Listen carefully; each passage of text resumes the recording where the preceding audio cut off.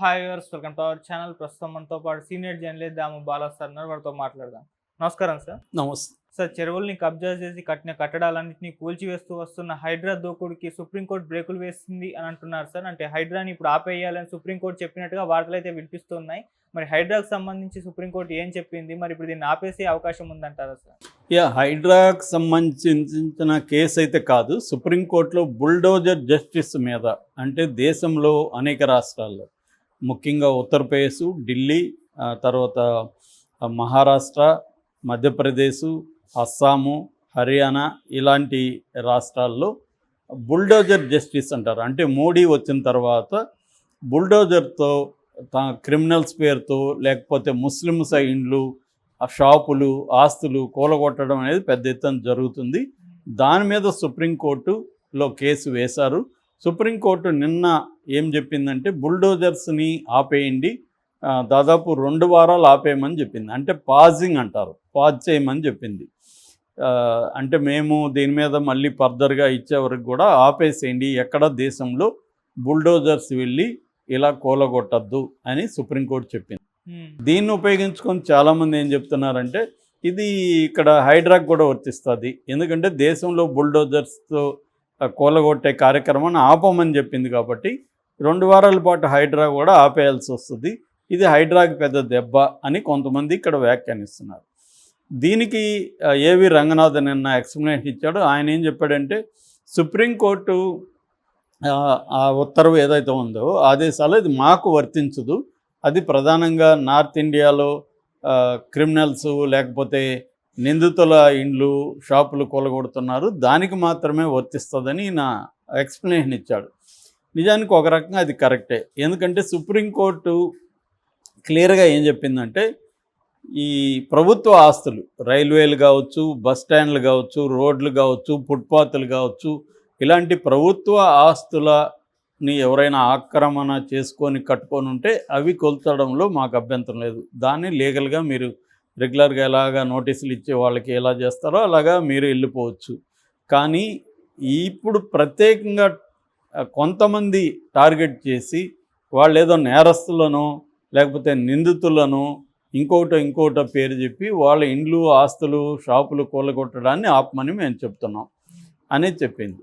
So bulldozer justice అనేది వేరు, హైడ్రా వేరు. హైడ్రా ఏం చేస్తుంది? ప్రధానంగా చెరువులు, నాలాలు ఆక్యుపై చేసి కట్టిన నిర్మాణాలని, అది బఫర్ జోన్లో ఉండొచ్చు, FTL ఫుల్ ట్యాంక్ జోన్లో ఉండొచ్చు, వాటిలో ఉన్న నిర్మాణాలు మాత్రమే ఇది టార్గెట్ చేస్తుంది తప్ప ఇక్కడ నేరస్తుల ఇండ్లో, నిందితుల ఇండ్లో కూలగొట్టడం అనే కార్యక్రమం హైడ్రా చేయట్లేదు.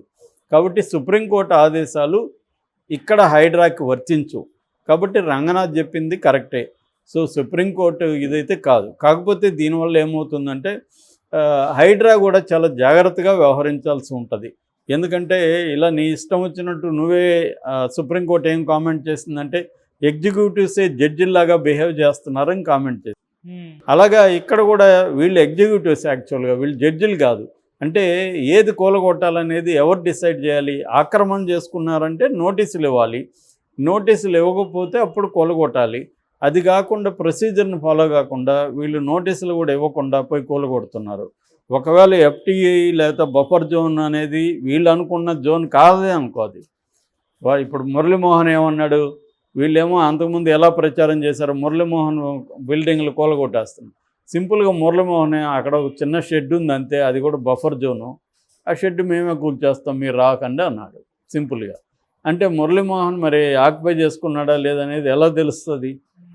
ఇలాగా హైడ్రాతో కూడా ఇబ్బందులు, రేపొద్దున హైడ్రా వల్ల కూడా రేవంత్ రెడ్డికి ఇబ్బందులు ఉన్నాయి లీగల్గా. ఆల్రెడీ ఇప్పుడు హైకోర్టు డీటెయిల్ రిపోర్ట్ ఇవ్వమని హైడ్రాని అడిగింది, అసలు గవర్నమెంట్ని అడిగింది. అసలు ఈ హైడ్రా ఏర్పాటే చట్టబద్ధం కాదు అనే దాని మీద వీళ్ళ అభిప్రాయం కూడా అడిగింది. కౌంటర్ ఏమని అడిగింది, కౌంటర్ ఇప్పుడు వేయబోతున్నారు వీళ్ళు.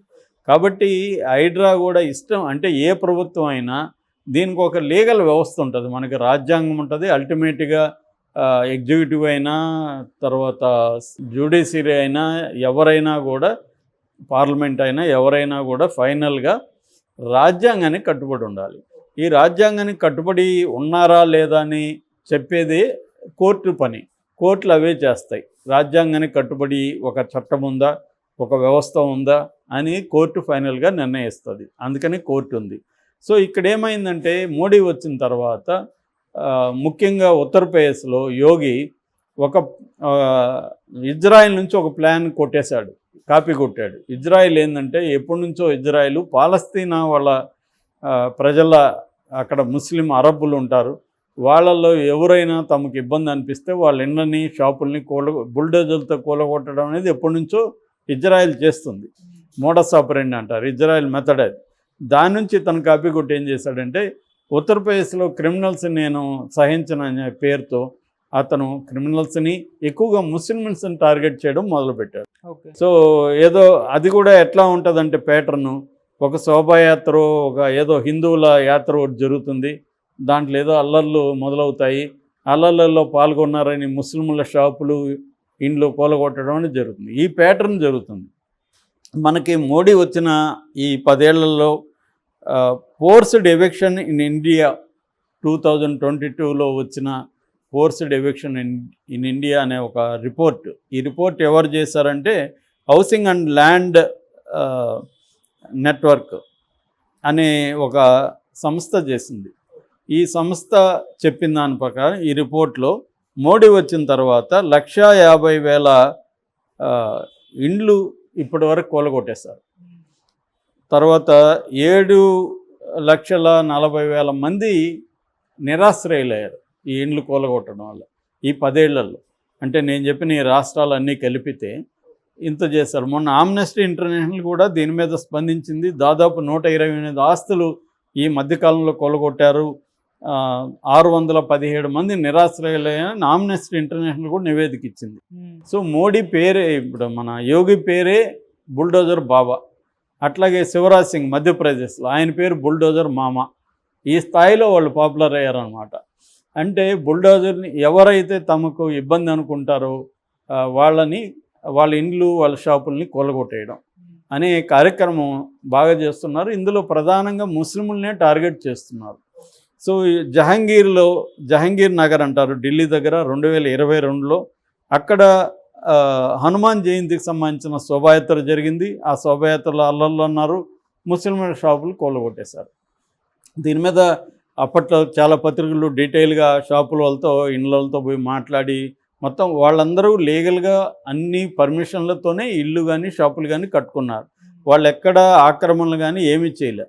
ఇప్పుడు ఒక రాళ్ళు వేస్తానో లేకపోతే ఒక గొడవలో పాల్గొంటేనో వాళ్ళ ఇల్లు కూలగొట్టే అధికారం గవర్నమెంట్లకు ఎవరిచ్చారు? ఎవరు ఇవ్వలేదు, రాజ్యాంగం ఇవ్వలేదు.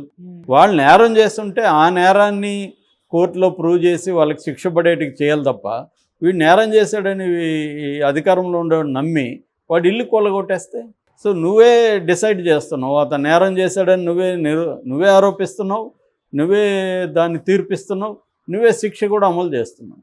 ఇది ఎవరిచ్చారనేది సుప్రీంకోర్టు అడిగింది. కాన్స్టిట్యూషన్ ప్రకారం మీకు ఎవరిచ్చారు, ఇలా కూలగొట్టడానికి కుదరదు అని సుప్రీంకోర్టు చెప్పింది. Justice Gavai and justice K V Viswanathan బెంచి నిన్న చాలా సీరియస్గానే దీన్ని తీసుకునింది. తుషార్ మెహతా చాలా వాదించడానికి ట్రై చేశాడు. మీరు ఇలాగా 2 వారాలు కూలగొట్టడం అంటే ఎట్లా కుదురుతుంది, దేశవ్యాప్తంగా మీరు ఎలా చెప్తారని కూడా అడిగాడు. ఏమీ స్వర్గం మీద పడదు, హెవెన్స్ ఫాల్ అవ్వదు అని చెప్పింది విశ్వనాథన్ కామెంట్ చేశాడు.